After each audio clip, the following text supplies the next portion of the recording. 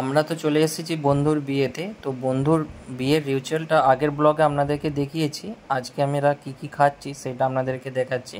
প্রথমে একটা mineral water দিয়েছে, আর এই মেনু কার্ডটা আপনারা দেখে নিন। মেনু কার্ডটা কী আছে না আছে। তো আমি তো মেনু কার্ডে যা আছে সবগুলো আমি খাইনি, তো কিছু কিছু কেমন খেয়েছি, কারণ অনেক রাত হয়ে গেছে, তাই আমি অল্প অল্প করেই সব কিছু নিয়েই খেয়েছি।